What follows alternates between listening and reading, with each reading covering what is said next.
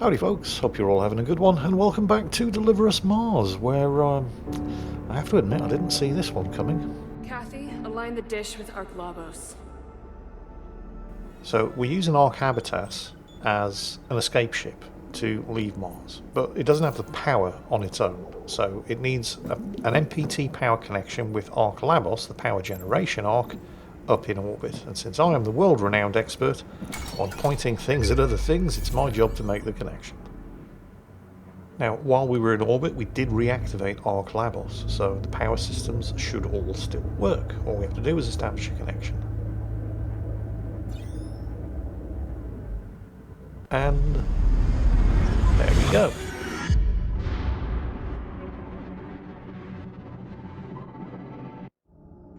It's done. Right. Ryan, conduct final checks, and then we're gone. On it. Sarah, What the? That was about 5 seconds, by the way. Maybe 6, but we'll say 5.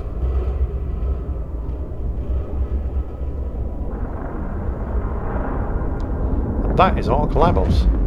So I'm going to say roughly 20 seconds have passed since I established the MPT connection and this happened. We'll get back to that in a moment. First, Sarah's going to give us another demonstration of why she is absolutely unsuited for a leadership position. Did it? Are we?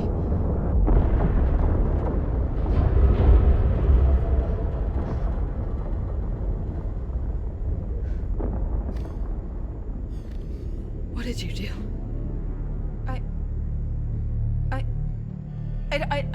I don't... You did that on purpose. What? Sarah, stop. That was our last way off the planet. Sarah, stop. There is Stop. no way home. Sarah, That was our stop. last way to Hit the power brake. the Ark. Sarah, We stop are not it. going Keep home. holding yourself. Don't you understand? Sarah!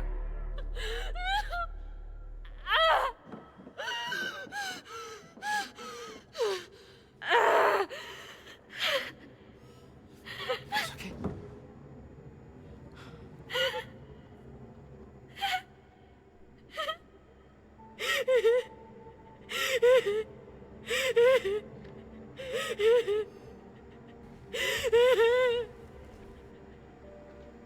Somebody needs to put Ryan in charge. What other choice is there? I mean, Kat disobeys every order she's given. Sarah reacts irrationally and emotionally to every situation. Ryan's the only one with a straight head. I know I jokingly asked the question in the last episode, what idiot put this team together, but I guess they really must have been scraping the bottom of the barrel.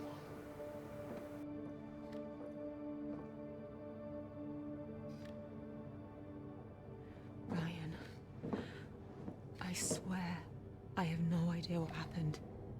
MPTs don't work like that. I couldn't have made it happen even if I wanted to. Not that I wanted to, I just... I know. Is she okay? No, she's having a mental breakdown, and she's in charge. Yeah. Yeah, she'll be fine. She just needs a second, or two, or a few hours. So... what now? How likely is it that the MPT dish can still be hooked up, do you think?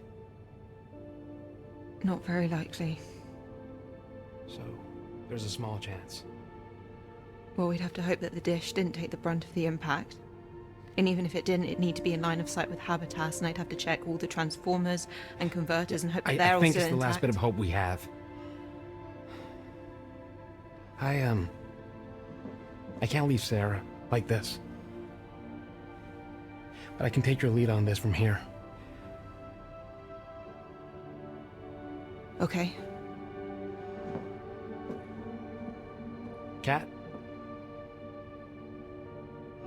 We're counting on you.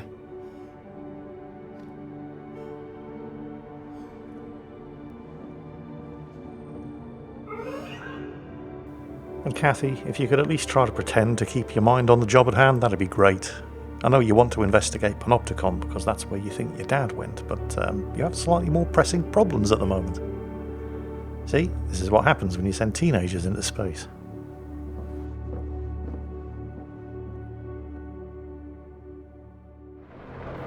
So, just so we're all absolutely clear on what the plan is here, the Ark that just fell out of orbit and hit the planet, the plan is to go to that Ark's crash site and power up its transmitter in order to deliver power to Ark Habitats so that they can go ahead with the original plan and use it to escape Mars. Hold that thought. Ryan? Hey, you there? Yeah, I see it. Looks like it landed on its side.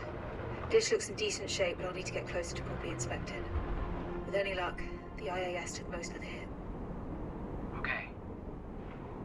If it doesn't work, I'm crossing all my fingers and toes over here. How's Sarah? Still resting. Let's give her some good news. Okay? So, Yeah. first point of order. Ark Labos must have crashed in such a position that the MPT transmitter is actually pointing in the rough direction of Ark Habitats. Close enough that they can establish a connection without any intervening Martian scenery blocking line of sight. So we can tick that one off. It has. Also, remember the MPT transmitter is located at the front of Ark Labos, the thing that just buried itself face first in the surface of Mars after falling out of orbit. In order for us all not to die, stranded on Mars, that part of the ship that hit the planet face first must have also survived the impact. Unfortunately, that is also true. But here's the... Do you remember earlier I was saying it took about 20 seconds for Ark Labos to hit the surface of Mars? From the point where Kathy activated the power transmitter, roughly 20 seconds passed for this Ark from a standing start to hit the surface of Mars. 20 seconds. Now, I don't know what kind of altitude Ark Labos was in its orbit, but a low Earth orbit is around about 100 kilometers. And it looked like it was significantly higher than 100 kilometers, but let's say 100 kilometers. Even though from the orbital view, it did look kind of more like at least 200 or 300, but we'll say 100 just for the sake of argument. So, in the space of about 20 seconds, this thing fired up its thrusters and dropped 100 kilometers. Which means that it was doing an average speed of 5 kilometers per second. And that's a very, very conservative estimate, because based on the orbital view, it was probably 2 or 3 times higher than that. So, maybe as much as 10 or even 15 kilometers per second. And that's just the average speed. Remember, it came from a standing start, so the terminal velocity could have been anything as high as 20 or 30 kilometers per second. Face first into the surface of the planet, and the bit at the front survived the impact. Hell, most of the internal structures survived the impact. And they also appear to still have power. Wow, they don't build things like they used to, do they? Okay, we're just going to have to let that one slide for the sake of storytelling. That's fine, that's fine. What I can't let slide, though, is this. So, there's going to be a lot of climbing in this bit, and note how once you reach a ledge, your character automatically climbs up over it. And that's been true of every single ledge that we've climbed up to thus far in this game. Now, I don't know if this was just me, maybe I'm special, but it did happen to me, so I'm showing you this in the event that if it does happen to you, you know what to do, because why am I not climbing up over this ledge? What's going on? I first fell there because I tried to just jump up over it, didn't work. So back up to the ledge, because the corridor on the other side is kind of skewed from the crash damage. But that shouldn't be a difficult climb. I mean, I'm right there. So am I supposed to do something else? Oh, hang on a second. Am I perhaps supposed to jump backwards over onto the next bit? Well, if I am, it's not working, because there is a door over there. So I thought, well, since the game is clearly not letting me climb up that very, very easily climbable ledge, then that's clearly not the way I'm supposed to be going. Maybe it is that other door behind me, but how am I supposed to turn around and jump from here to there? And the simple answer is you're not. You're absolutely not. And I spent way more time trying to navigate this stupid problem than anybody needs to. And eventually I go to YouTube and watch somebody else just climb over this ledge when the game isn't letting me do it. And the reason the game isn't letting me do it is because I'm not in the exact right spot. If, like me, you get stuck at this point, you just climb as high as you can go and then move over to the right, and it will suddenly allow you to actually climb up the ledge. I mean, I must have gotten stuck there for 20 minutes, and it was that simple. Anyway, onwards and upwards. I did actually enjoy this part of the game. There's a lot more climbing puzzles than you'll have been used to previously, but all of that practice and the previous climbing puzzles is really going to pay off here, because some of these are pretty nasty. We're just going to have to accept the fact that this ship survived an impact in the surface of a planet while travelling at 30 kilometers per second. And we're just going to have to accept the fact that the bit at the front of the ship that actually landed face first survived that impact, and that the delicate power transmitter located in the nose of the ship that crashed face first into a planet at 30 kilometers per second is still functional, and they still have power, and it's pointing miraculously in the right direction. We're just going to have to go with all of that, okay? Stop asking questions, just enjoy the gameplay. Right. But yeah, all of the climbing skills that you've learned thus far are going to be put to the test here. And it is pretty good, actually. Like I said, I don't think... because this is the big new mechanic in Deliver Us Mars compared to Deliver Us the Moon. They've got these climbing puzzles. And, you know, your mileage may vary, of course, but I don't think they overdid them. I think they've been just the right amount. Oh, look at this, a working airlock. And a pressurised section containing a working power generator inside a ship that just hit the surface of a planet at 30 kilometers per second.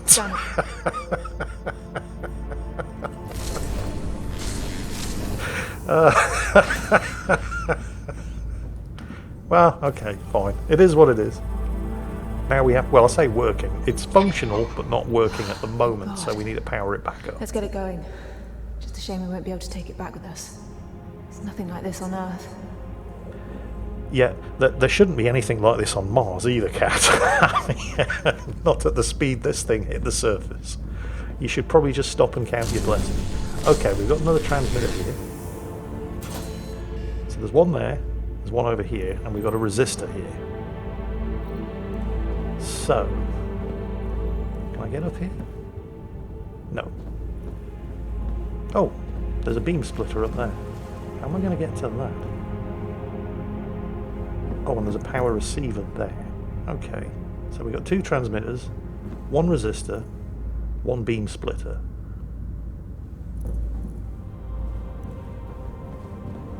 Let's have another look around. Oh, that looks like something I'm supposed to climb up to. Let's go and take a look.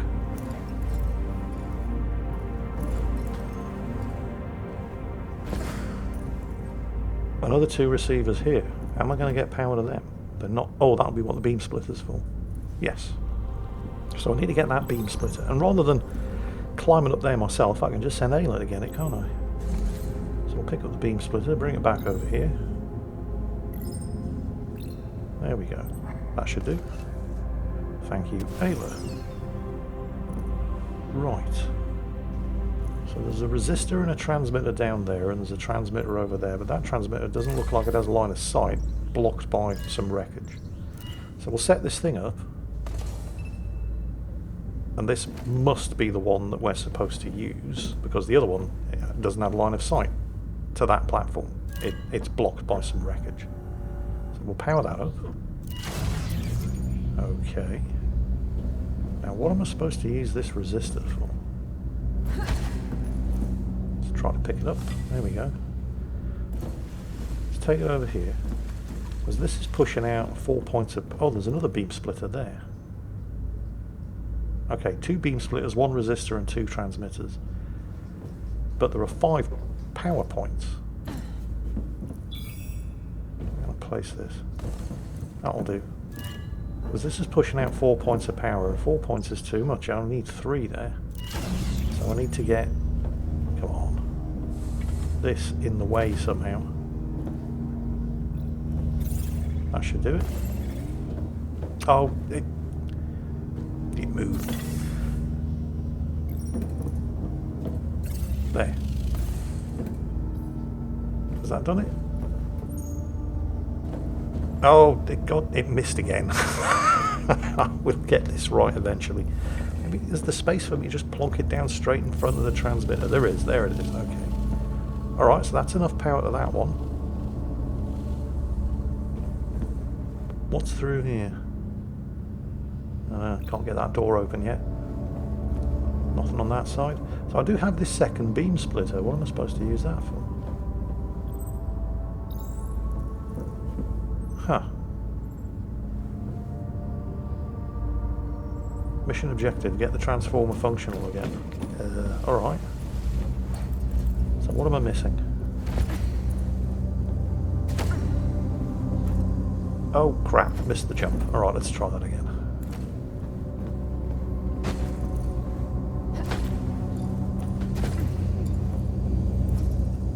So I've got too much power going to those, so I need the resistor on this side as well. Hang on a minute. I can't have the resistor in both places. That's a climbing wall. Oh, let's climb it and see what's on the other side. Or up top. To crouch to get under here. Oh, there is another platform. And another 2 receivers. So I've got 2 transmitters, 1 resistor, 2 beam splitters, and I have to get power to 5 separate receivers. 2 on each side, and 1 at the front. Ayla, pick this thing up for me. And bring it up here. Because I'm clearly going to have to split beams to these 2 transmitters. Receivers.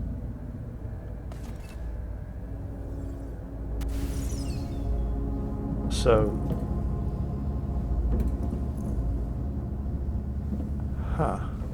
here's the problem. If I remove this resistor, there's going to be too much power going to the receiver that this transmitter is pointing to. So, alright, let's get this, because this clearly has to be going to that beam splitter in order to get power to the 2 receivers on the other side of the transformer. So where's that thing supposed to go? Well, it turns out, you see, there's too much power going here, so I clearly need to use the resistor to reduce the power going to these 2, so that they activate.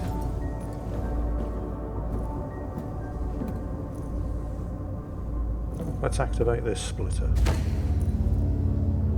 Let's see if it's pushing enough power to these 2 transmitters. There's one.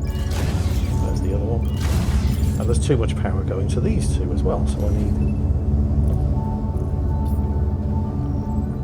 But I've only got 1 resistor. This is the problem here. I can't have the resistor on both sides. I've only got 1 on. This one's good. Time for the next. Well, that's great. I've got the correct amount of power going to the 2 receivers on the left-hand side, but I've got nothing going to the switch in the front, and still got too much going to the other side. And I've only got 1 resistor. I can't have it in both sides at the same time, so how the hell is this going to work? Obviously, I'm missing something. And it turns out that that thing that I'm missing is hidden in a really awkward spot. See, I thought, because there's a door up above me at the back there, and I can't get up to it, but Ayla can. So I thought, oh yeah, Ayla can get to places that I can't. So let's send Ayla around to investigate. Is there a vent in here I can use to get onto that side of the... No, nothing. That's sealed. No way to sneak through there. Anything up here? Nope. Can Ayla get into that? It's a bit dark. Flashlight on. Nope. Nothing there. Huh. Oh, look at that. There's another beam splitter. I don't know how I didn't see it. Because of course Ayla can detect devices through solid objects. and there's another beam splitter stuck up here in the front of the transformer. So now I have 3 beam splitters, 1 resistor and 2 transmitters to divert and generate power to 5 separate receivers. So now this should be doable. So, first transmitter. Instead of sending it straight up to the platform, I'm going to send it to this beam splitter here. The one that I just found. Now I'm going to take this beam splitter and send 1 to the receiver on the front. And I'm going to move it in order to get line of sight. Well, that's line of sight, but it's not passing through the resistor that it needs to go through, is it?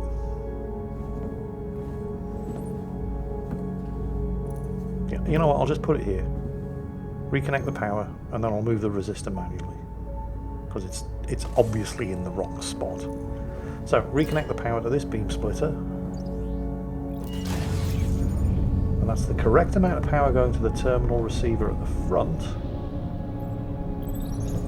You know what? I'm going to send Ayla to do this, since I can't be arsed with climbing, and Ayla can fly and carry things. So I need to get this resistor there, blocking this beam. Should be close enough. That looks like it has worked. Right.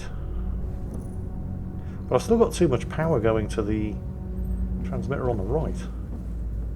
And I've only got 1 resistor.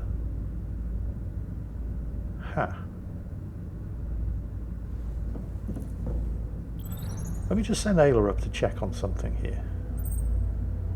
I don't need the resistor here. The beam splitter has reduced the power output enough.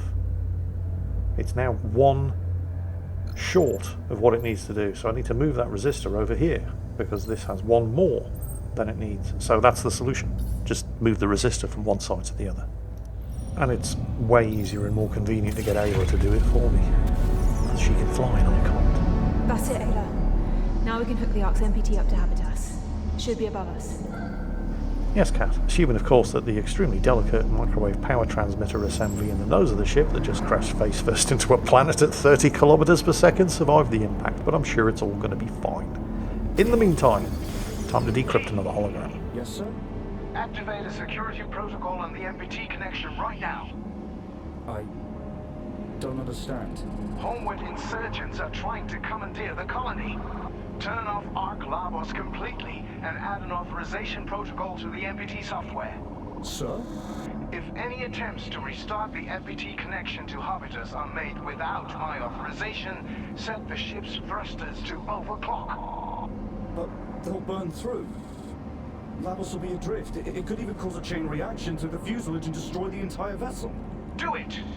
Set the authorization condition to Argus's decryption clearance only. Understood? Yes, sir. And that is why the entire Ark dug itself into the surface of Mars the second I tried to re-establish an MPT power connection. Ryan, I know why the ARC crashed. When the insurgents started in Habitas, MacArthur put a kill switch protocol on the MPT connection. The same MPT connection we almost restarted on Labos. Yeah. If anyone restarted the connection without his council code, the thrusters would burn out. That destroyed Labos. I'm gonna go check the dish. Alright. Good luck.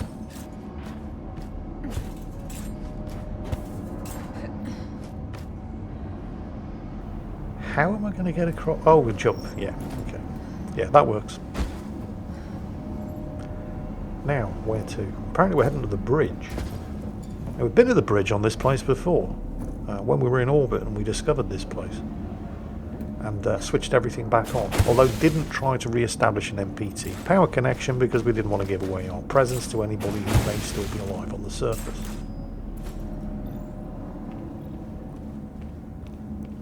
Oh look, another functional airlock. I guess we're going outside again. One thing I have noticed that Deliver Us Mars doesn't do that the first game, Deliver Us the Moon, did, is take the oxygen meter on the back of a life support pack seriously. In the first game, running out of oxygen was a real risk. It was a major part of the game mechanics. In this game, it's really more decorational. You're never really in any danger of running out of oxygen. What you are in danger of, though, and I knew this was going to happen the second I walked into this corridor and I saw the climbing panels on the side of the wall. Yeah, that horizontal corridor very quickly became a vertical corridor. But I saw it.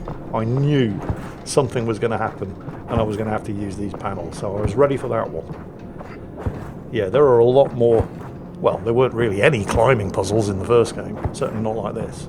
This is very much the sequel's major game mechanic. And I don't really think they have overdone it. I mean, you know, your mileage may vary.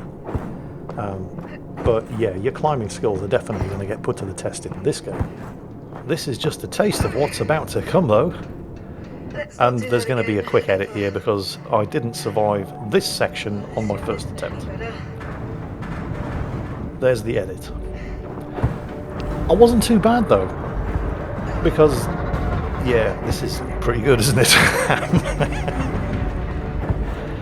You do have a reasonably comfortable margin for error when navigating this bit. It's not like you have to get there in the exact length of time to move to the next panel before the one that you're on either drops off and collapses, or something above the one that you're on drops down and knocks you off. This actually only took me 3 attempts, which I was pretty impressed by. I mean, you've seen me playing platform games, right? No, you haven't. Because I'm terrible at them. But I was able to do this successfully on only my 3rd attempt. So I was quite pleased with myself. Although honestly, I think they were being a bit gentle with me. And we're going to live. At least for now, anyway. Alright. The air axis is misaligned. Hopefully the hydraulics survived the crash. I'll head to the bridge now to check. Fingers crossed. Hopefully the hydraulics survived the crash. Everything else has survived the crash, so I think the hydraulics are probably going to be fine. Right, so we're back to the bridge, or we very soon will be, on Ark Labos. We've actually been on the bridge before, remember, when we first arrived at Mars. This thing was in orbit, and it was the first thing we investigated. And what we found on the bridge was that Ark Labos was functional, it was capable of transmitting power, but the MPT generator had been turned off.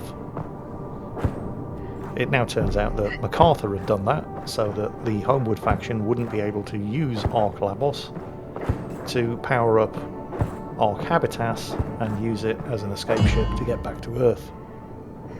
What we didn't know was that MacArthur had also sabotaged the thrusters to activate and drive this thing face first into the planet if anybody tried to establish a microwave power transmitter connection. Yeah, MacArthur's a sneaky bugger. Right, anyway, the bridge. It's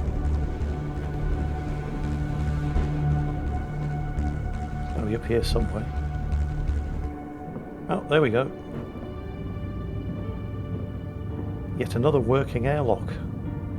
Because of course there is. I mean, everything else works. Why not the airlocks too? So, what's going on out here? Oh yeah, that's right, the transmitter controls were located at the front. You know, the bit that hit the planet face first at 30 kilometers per second. Ayla, we need to head up to the dish and clear the rubble from the joints manually.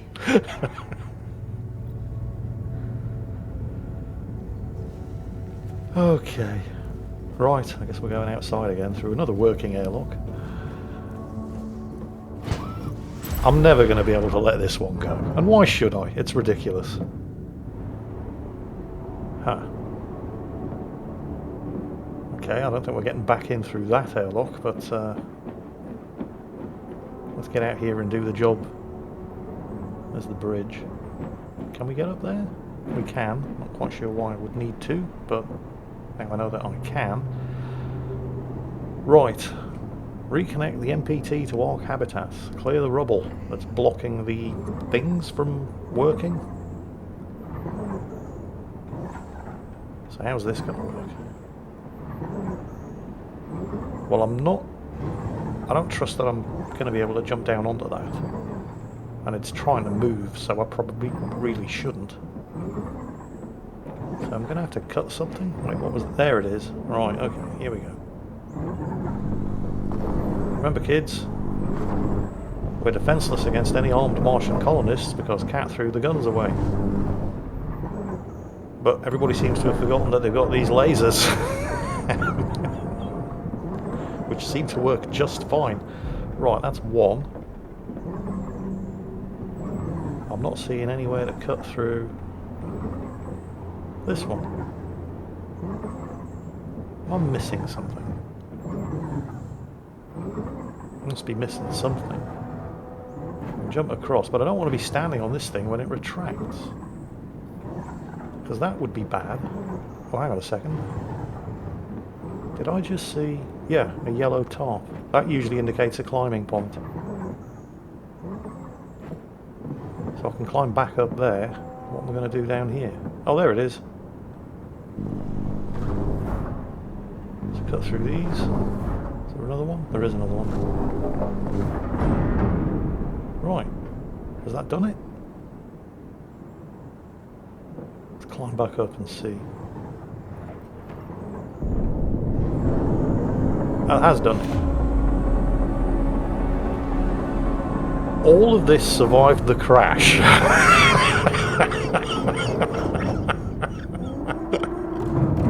And was miraculously pointing in the correct direction as well. Right. Moment of truth. Time to reconnect the dish, Ayla. If this doesn't work, well, we'll never get into the Panopticon. We'll go home. Yes, if this doesn't work, you'll never get into the Panopticon. Or, you know, survive and go home. It's nice to see that Kat has such a finely balanced set of priorities there, isn't it?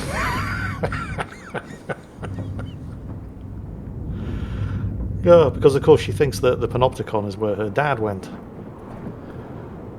See, this is why you don't send teenagers into space. Oh, but first, another hologram. Damn it, Keith! Unlock this door! No, listen. McCarthy's rigged the thrusters. If you try and restart the MPT, we're either going to be left adrift or it could blow the whole lot. He's the only one who can authorize the reconnection. We're dealing with him as we speak. Move aside! You can't! Arlo, break through the door! Are you crazy? You're going to...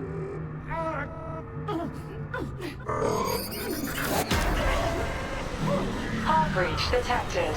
Lockdown imminent.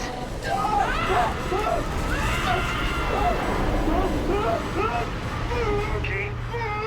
I'm at the Panopticon. Is Lavos alright? MacArthur. Isaac! I'm a all of the ship! We're gonna... So that explains the hole breach behind the pressurized bulkhead door that we discovered on the bridge. Dad was at the Panopticon during the riots. I knew it. We have to go there next. But of course, throughout all of that, the only thing that Kat heard was that her dad was indeed in the Panopticon during the riots. Please work. Well, of course it's going to work, Kat.